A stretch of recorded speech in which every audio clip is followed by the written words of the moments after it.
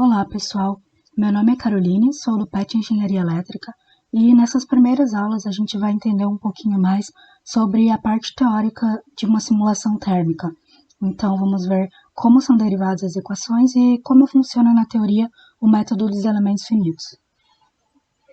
Vamos partir então de um problema genérico para motivar a nossa aprendizagem.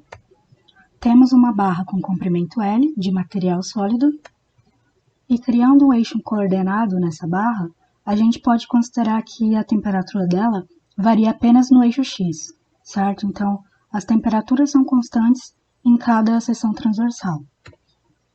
O problema é o seguinte, dadas a largura L, a temperatura na face esquerda T0 e o fluxo de calor na face direita, que é L, a gente precisa encontrar a distribuição de temperatura ao longo da barra, ao longo do eixo x, pelo método dos elementos finitos. Claro que só com isso a gente não consegue resolver, algumas outras considerações serão feitas ao longo da explicação. Inicialmente, a gente deve imaginar um volume de controle infinitesimal dentro da barra. É como se fosse realmente um volume com dimensões ΔX, ΔY, ΔZ, que tendem a zero, mas não são iguais a zero. Nesse volume de controle, a gente vai considerar que tem um fluxo de calor entrando, que é X. Por outro lado, na face oposta, nós temos um fluxo de calor saindo. Esse fluxo de calor saindo, ele é igual ao que entra mais uma variação, certo? Essa variação, ela é igual à taxa de variação, ou seja, uma derivada, a taxa de variação do fluxo ao longo do eixo X, vezes a distância percorrida, entre aspas, que seria a dimensão ΔX. Se a gente quiser, então, calcular o fluxo líquido de calor, que seria a saída menos a entrada, basta fazer essa subtração, aquele fluxo de saída que a gente viu, menos o de entrada. Obtemos como resultado a derivada do fluxo vezes a dimensão ΔX. Porém, até agora a gente só falou em fluxos, e no problema original a gente quer saber a distribuição da temperatura. Qual seria então a relação entre o fluxo e a temperatura? Isso é dado pela lei de Fourier. É uma lei física que, se vocês não estudaram ainda, vão estudar em fenômenos de transferência, e basicamente ela diz que o fluxo é igual a menos uma constante K vezes a taxa de variação da temperatura ao longo do eixo X, vezes a área da seção transversal, certo? Essa aqui é a área da seção em laranja, como vocês podem ver, ΔY e ΔZ.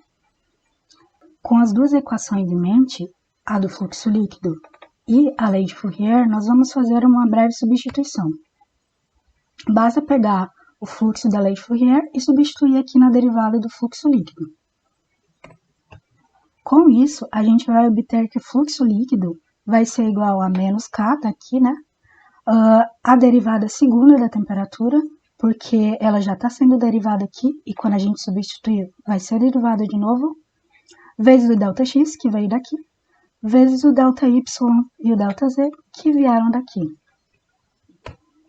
Atenção, essa é uma equação muito importante, então procurem guardar mais ou menos essa ideia na mente. Entretanto, ainda está faltando um fator na nossa equação, que seria a geração de calor por volume. Ela é dada pelo símbolo Q e tem como unidade Joule por metro cúbico, ou seja, é uma unidade de calor por volume. Na prática, o que isso significa? Como esse corpo ele está recebendo um fluxo de calor, na prática ele também vai perder, de certa forma, alguma quantidade de calor. Então, esse Q é essa consideração que a gente faz com relação às perdas de calor por volume. Se a gente adicionar a geração de calor por volume na nossa equação, como é uma perda, a gente vai subtrair.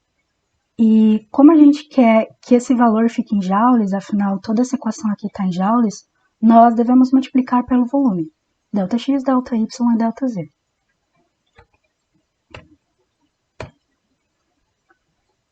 Por fim, basta aplicar o princípio da conservação da energia.